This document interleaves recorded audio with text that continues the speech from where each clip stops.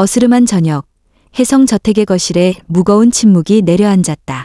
구하나의 마지막 말이 윤세영의 귓가에 맴돌았다. 실종됐을 때 내 옆에 있었잖아. 그 한마디가 윤세영의 마음 깊숙이 묻어두었던 기억을 끄집어냈다. 윤세영은 창밖을 바라보며 그날의 기억 속으로 빠져들었다. 햇살이 반짝이던 요트 위, 질투심에 가득 찬 어린 소녀의 마음이 빚어낸 비극적인 순간들이 파도처럼 밀려왔다. 윤유진이 바다에 빠지던 순간 자신의 침묵이 만들어낸 6년의 시간이 주마등처럼 스쳐 지나갔다. 저택 안에서는 이은총의 울음소리가 멀어져 갔다. 구하나가 아이를 데리고 2층으로 올라가는 발걸음 소리가 들렸다. 윤세영은 자신의 손을 내려다보았다.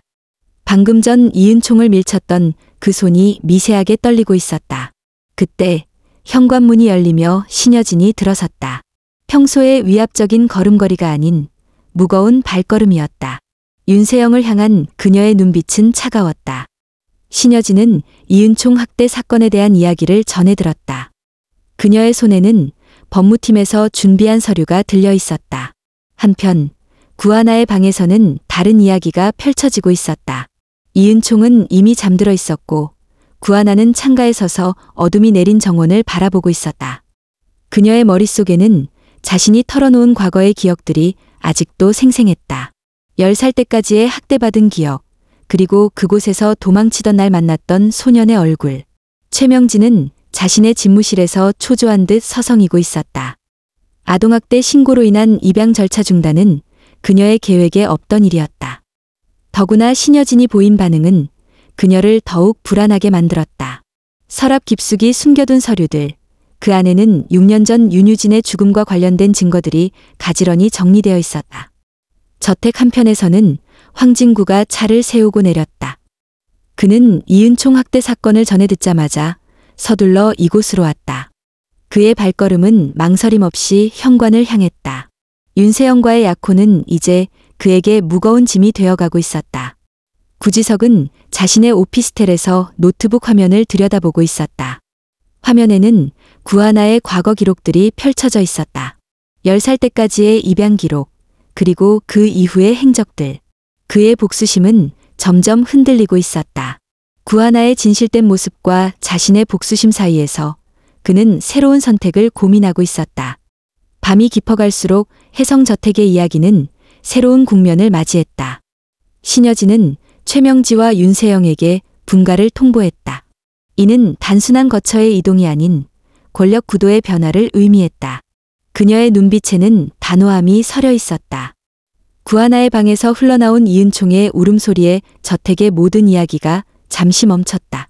그 순간 각자의 위치에서 모든 이들의 시선이 2층을 향했다. 이은총은 단순한 아이가 아니었다. 그는 이 저택의 모든 비밀을 연결하는 열쇠였다. 윤세영은 자신의 방으로 돌아가며 흔들리는 발걸음을 감추려 했었다.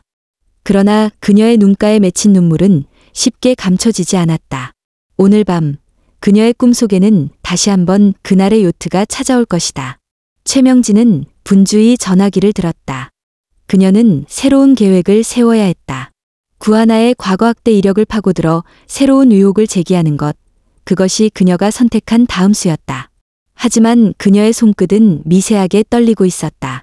한밤중 저택의 뒤뜰에서는 황진구가 홀로 서 있었다. 그는 어린 시절 이곳에서 멀지 않은 곳에서 한 소녀를 도왔던 기억을 떠올렸다. 그리고 지금 그 소녀가 자신의 마음을 흔들고 있었다. 밤이 깊어갈수록 혜성저택의 이야기는 더욱 복잡하게 얽혀갔다. 각자의 방에서 잠 못 이루는 이들의 마음 속에는 서로 다른 진실과 거짓이 교차하고 있었다. 그리고 그 모든 이야기의 중심에는 구하나가 있었다. 다음 날 아침, 저택에는 새로운 변화가 시작될 것이다. 신여진의 결단, 윤세영의 불안, 최명지의 음모, 그리고 구하나의 진실. 이 모든 것들이 새로운 국면을 맞이하게 될 것이다. 창밖으로 비치는 달빛 아래 혜성저택의 이야기는 계속해서 흘러가고 있었다. 마치 끝나지 않을 것처럼, 끝나서는 안 되는 이야기처럼.